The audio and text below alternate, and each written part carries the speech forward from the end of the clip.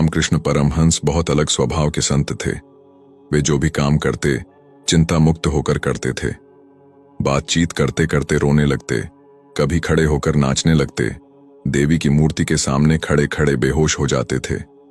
परमहंस जी के शिष्य जानते थे कि उनके गुरु जो भी काम करेंगे निराले ढंग से ही करेंगे, लेकिन वे एक काम बहुत डूबकर और ध्यान से करते थे। वह काम था अपना लोटा मांजने का। परमहंस जी के पास एक लोटा था जिसका उपयोग निजी कामों के लिए करते थे। वे इस लोटे को दिन में 3-4 बार मांजते थे।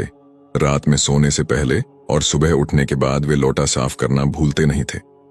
वे लोटे को साधारण ढंग से नहीं बल्कि बहुत गहराई से रगड़ रगड़ कर साफ करते थे। अंगूठे से लोटे को अंदर बाहर से चमका देते थे। शिष्य रोज ये काम करते हुए परमहंस जी को देखते थे।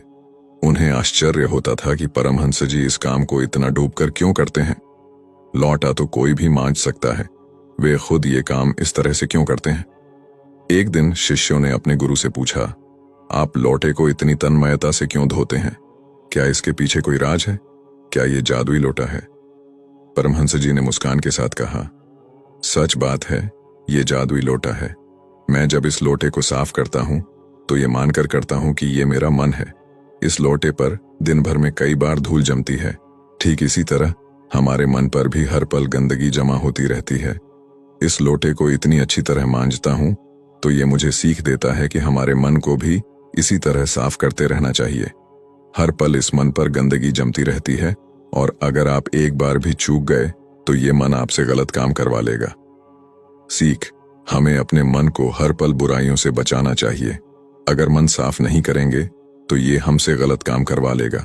साफ सफाई के काम से ये संदेश लेना चाहिए कि हमें शरीर को बाहर से ही नहीं बल्कि अंदर से साफ रखना चाहिए। तर्क और पांडित्य से धर्म प्रमाणित किया भी नहीं जा सकता, ठीक वैसे ही जैसे तर्क और पांडित्य से ईश्वर की सत्ता सिद्ध नहीं की जा सकती। हिंदुत्व का मूल आधार विद्या और ज्ञान नहीं, सीधी अनुभूति है। हमारा धर्म संतों और दृष्टाओं की रचना है। हम फिलॉसफी को और कुछ न कहकर दर्शन कहते हैं, क्योंकि हमारे दार्शनिक सत्य सोचे या समझे नहीं गए थे। प्रत्युत आर्षियों ने आत्मा के चक्षु से उनका दर्शन किया था।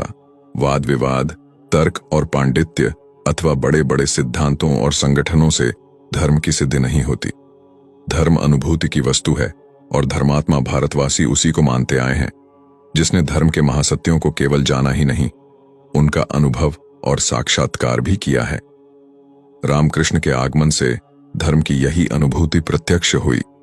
वे बहुत कुछ अपढ़ मनुष्य थे। न तो वे अंग्रेजी जानते थे, न ही संस्कृत के जानकार थे, न ही वे सभाओं में भाषण देते थे। उनकी सारी पूंजी, उनकी सरलता और उनका सारा धन महाकाली का नाम स्मरण मात्र था। दक्षिणेश्वर की कुटी में बैठे बैठे वे उस धर्म का आख्यान करते थे जिसका आदि छोर अतीत की गहराइयों में डूबा हुआ है और जिसका अंतिम छोर भविष्य के गहवर की ओर फैल रहा है। घर बैठ उन्हें गुरु पर गुरु मिलते गए। अद्वैत साधना की दीक्षा उन्होंने महात्मा तोतापुरी से ली जो स्वयं उनकी कुटी में आ गए थे। तंत्र साधना उन्होंने एक भैरवी से पाई जो स्वयं घूमते फिरते दक्षिणेश्वर तक आ पहुंची थी। किंतु सभी साधनाओं में रमकर धर्म के गूढ़ रहस्यों की छानबीन करते हुए भी मां काली के चरणों में उनका विश्वास अटल रहा।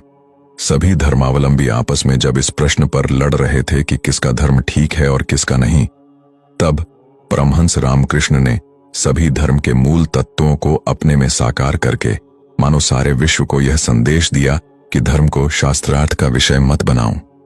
हो सके तो उसकी सीधी अनुभूति के प्रयास करो। सभी धर्म एक ही ईश्वर की ओर ले जाने वाले अनेक मार्ग हैं और परमहंस का जो उपदेश था उसे उन्होंने जीवन में उतारा। उन्होंने हिंदुत्व के सभी मार्गों की साधना की। भारतवर्ष की धार्मिक समस्या का जो समाधान रामकृष्ण ने दिया है उससे बड़ा और अधिक उपयोगी समाधान और कोई हो नहीं सकता। क्रम क्रम से वैष्णव, शैव, शाक्त, तांत्रिक, अद्वैतवादी बनकर परमहंस रामकृष्ण ने यह सिद्ध कर दिखाया कि धर्मों के बाहरी रूप तो केवल बाहरी रूप हैं, उनसे मूल तत्व में कोई फर्क नहीं पड़ता है। साधन और मार्ग अनेक हैं, उनमें से मनुष्य किसी को भी चुन सकता है। शांति मार्ग से नहीं अनुभूति से मिलती है। रामकृष्ण परमहंस में राम अर्थात त्यागी, कृष्ण अर्थात संसारी और परमहंस बैलेंस अर्थात जो सार और असार को अलग कर दे, ऐसे थे वे। सच में रामकृष्ण धर्म के जीते जागते स्वरूप थे।